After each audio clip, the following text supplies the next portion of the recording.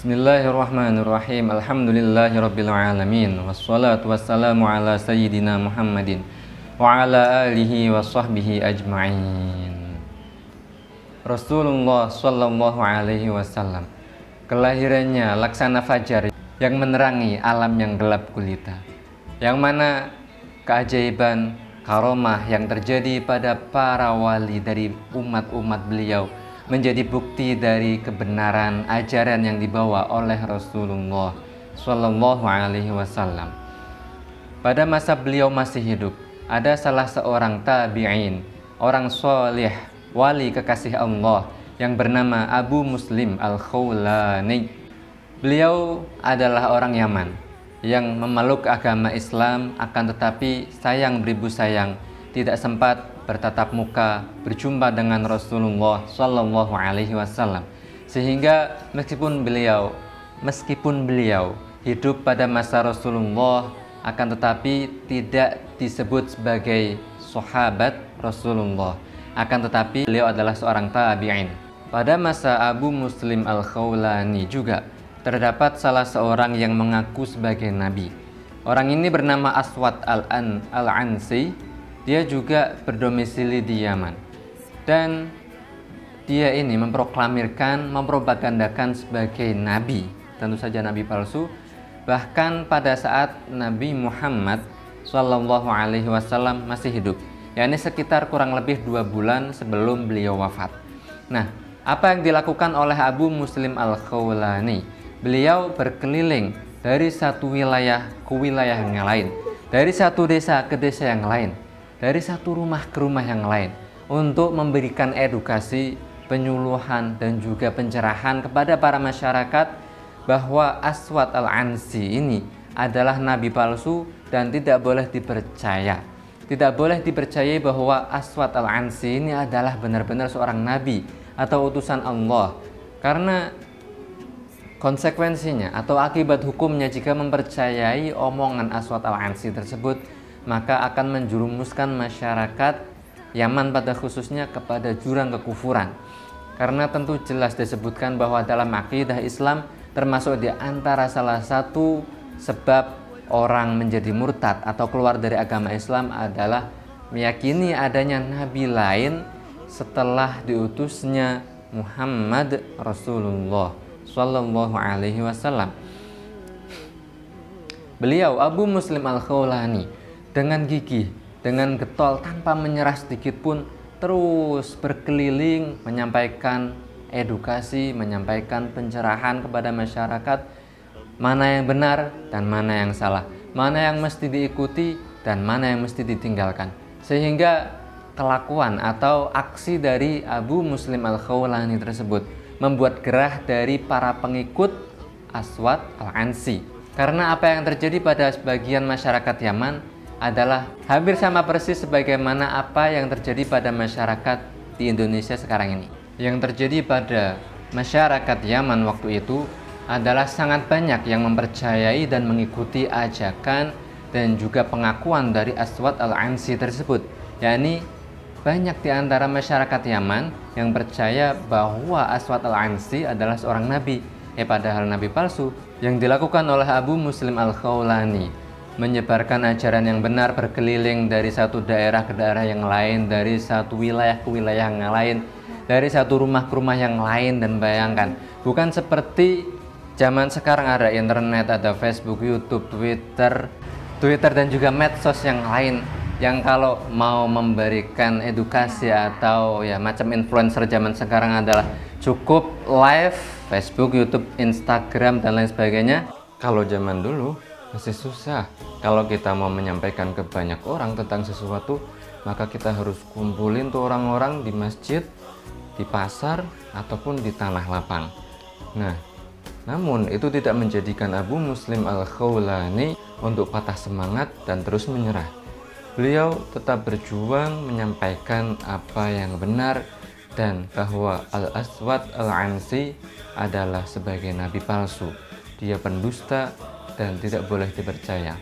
Nah, semangat dan juga aksi dari Abu Muslim Al-Khawlani tersebut membuat para pengikut atau orang-orang yang percaya dan mengikuti Al-Aswad Al-Ansi menjadi gerah, menjadi jengkel. Mereka nggak terima kalau pemimpin mereka yang mereka anggap sebagai nabi dicap dan dikatakan sebagai pendusta dan diviralkan ke seluruh negeri Yaman oleh seorang Abu Muslim Al-Khawlani. Walhasil, mereka menangkap dan membawa Abu Muslim Al-Khawlani ke hadapan Al-Aswad Al-Ansi. Nah, pas sama si nabi palsu yang bernama Al-Aswad Al-Ansi ini, Abu Muslim dibilang kayak gini,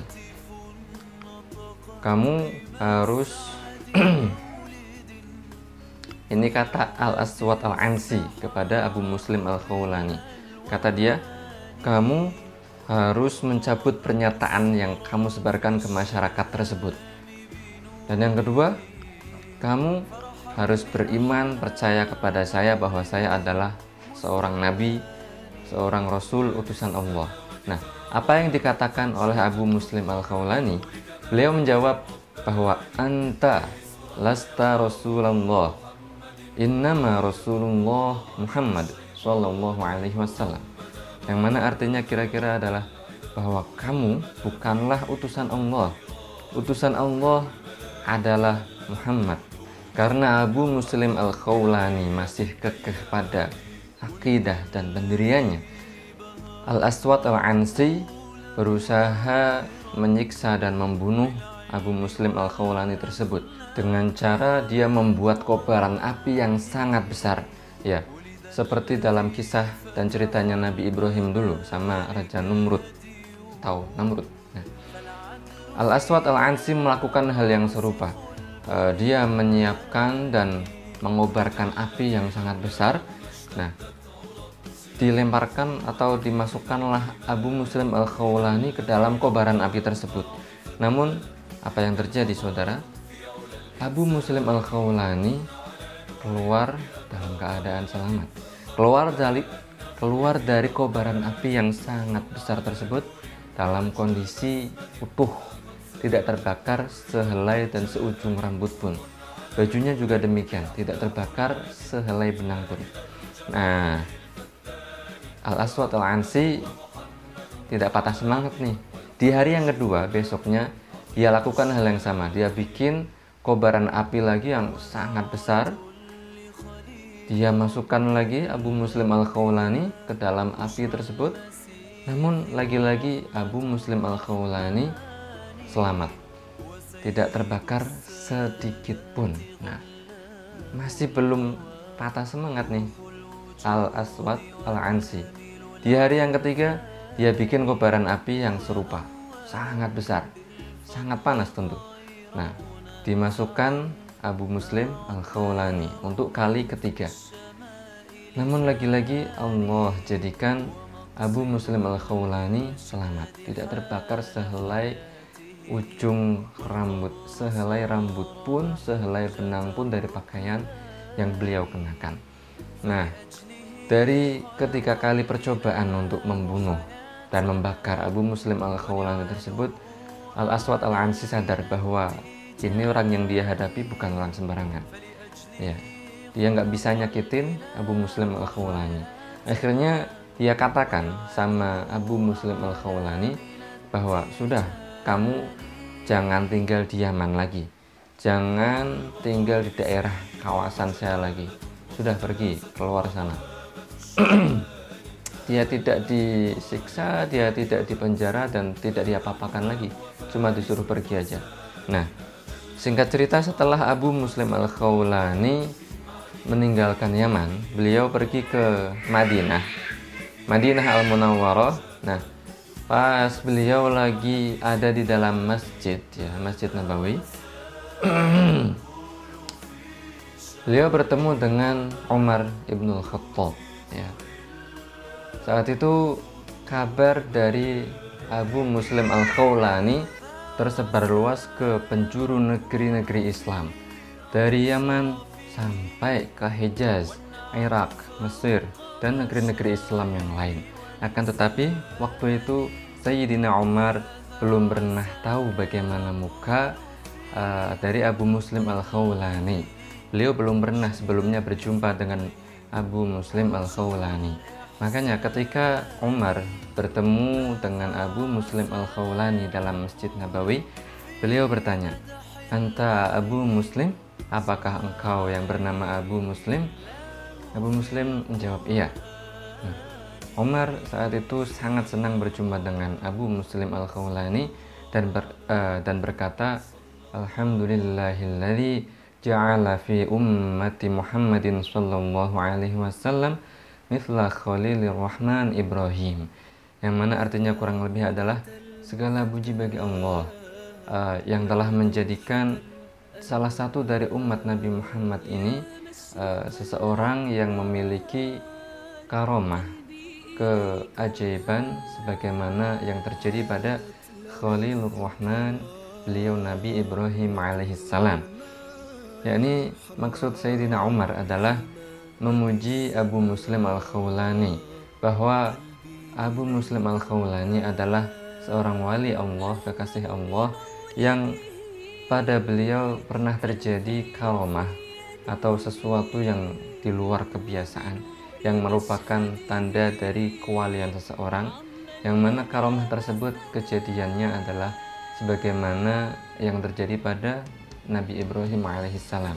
Namun kejadian tersebut kalau terjadi pada seorang wali namanya karomah, kalau terjadi pada seorang nabi atau rasul namanya adalah mukjizat. Ya, kalau terjadi pada seorang nabi maka itu adalah sesuatu yang di luar kebiasaan, yang tidak bisa ditiru atau dikalahkan oleh sihir, dan disertai dengan pengakuan atau dakwaan sebagai nabi atau rasul. Nah, yang terjadi pada Nabi Ibrahim alaihissalam adalah bahwa beliau juga sama-sama dibakar dan tidak terbakar sama sekali. Nah, yang terjadi pada Abu Muslim Al-Khawlani juga demikian.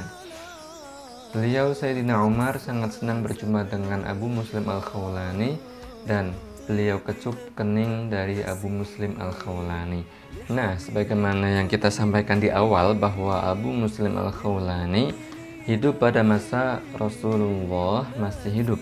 Akan tetapi beliau tidak sempat berjumpa dengan beliau karena waktu diwajibkannya atau ada syariat untuk hijrah ke Madinah, beliau Abu Muslim Al-Khawlani waktu itu tidak mampu untuk melaksanakan hijrah. Ada halangan bagi beliau sehingga beliau termasuk orang-orang yang dimaafkan, tidak berdosa. Nah, ada syariat hijrah zaman dulu waktu Rasulullah masih hidup, itu memang hukumnya wajib bagi setiap muslim untuk berhijrah ke Madinah. Akan tetapi setelah beliau wafat, maka kewajiban tersebut tidak lagi berlaku atau sudah dinasakh, dihapus. Jadi waktu beliau Rasulullah masih hidup, Abu Muslim Al-Khawlani sudah Islam tapi belum sempat berjumpa dengan Rasulullah. Maka dari itu beliau Abu Muslim Al-Khawlani statusnya adalah tabi'in, bukan merupakan sahabat. Baru setelah Rasulullah wafat, beliau Abu Muslim Al-Khawlani baru bisa untuk pergi ke Madinah. Nah, demikian kisah dari Abu Muslim Al-Khawlani.